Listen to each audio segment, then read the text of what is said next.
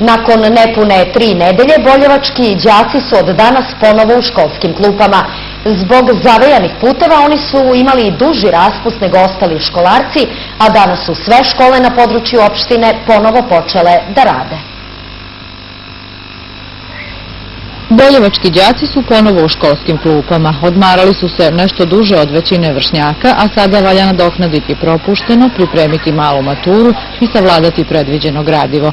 Stoga su svi prionuli na posao. Škola nije radila od 2. februara zbog loših vremenskih uslova, onda je proglašeno vanredno stanje na celoj teritoriji Republike Srbije i škola treba početi sa radom 20. februara, međutim zbog neprohodnosti pojedinih puteva rad je pomeren za danas 22. februar.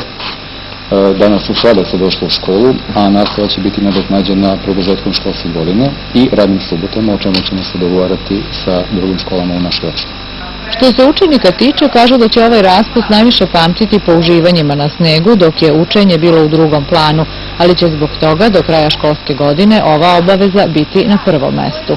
Jutro sam doputovao iz Valakovog i Bukova autobusom, na raspust sam lepo proveo, odmorio sam se i učio sam, pomogao sam kući.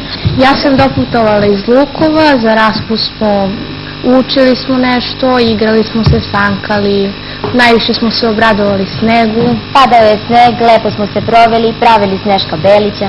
Jednoj našoj drugarici je bio rođendan, sankali smo se. A danas smo evo ponovo u školskim klupama, u učionicama i nadam se da zajedno sa nama, sa direktorom, pedagogom i svima u ovoj školi, da ćemo uspešno završiti ovu školsku godinu i pripremiti maturante za buduće zanimanje.